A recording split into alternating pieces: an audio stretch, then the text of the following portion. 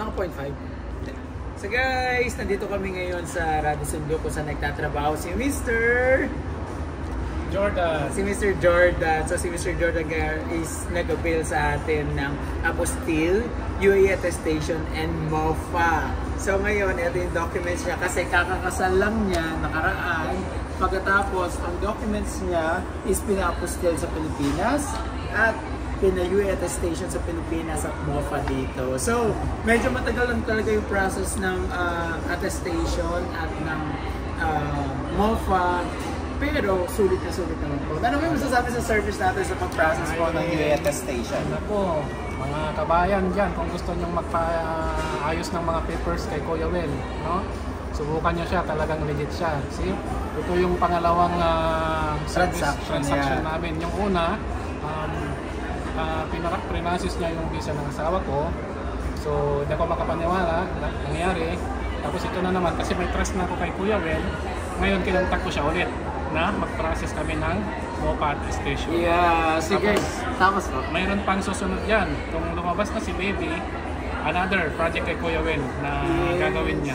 Thank you so much kasi guys, alam nyo, si Kuya na nandito dati sa US, mag-isa lang, solo lang siya dito. So ngayon na nangyari, na-miss niya yung misis niya, kinuha niya as family visa. Wow! So na nakarating na si misis dahil nga ang tagal na daw nila pero hindi pa nakakagawa ng baby. Nakagawa sila ng made in Dubai! Wow! So ngayon ito hinihintay kayo nagpa-apostille ng marriage certificate kasi si Baby is gagawa naman natin susunod ng family visa. Pagkatapos si Baby susunod, syempre kailangan ng passport, kailangan din ng birth certificate. So ayusin din natin yan. At thank you Mr. Jordan sa pagtitiwala kasi napakatagal ko na siyang client at pabalik-balik po talaga siya.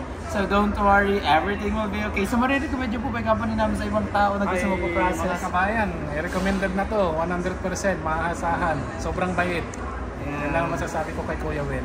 Yes, thank you so much po. Every time po nag-visita kami dito kay Sir, may pa-fry siya, may pa-drinks, at kung ano-ano pa. So thank you so much po. At tayo po yan. Napakabait po talaga ito. Wala akong masabi. So sana po mas maging okay kayo ni Mrs.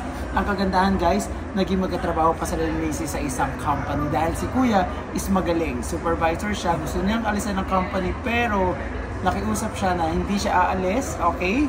Pero i-hire yung asawa niya. Wow! Blackmail! Okay, thank you po Mr. Jordan and hoping the best for you at sana si Mrs. din is maging manganak na maayos at si Baby ay makita natin susunod kung lalaki ba or babae. Gender reveal in the future! Yeah, thank you so much for the smooth transaction. Bye-bye! Ako talaga yung nagsabi na smooth transaction. Dapat siya. Sige, bye!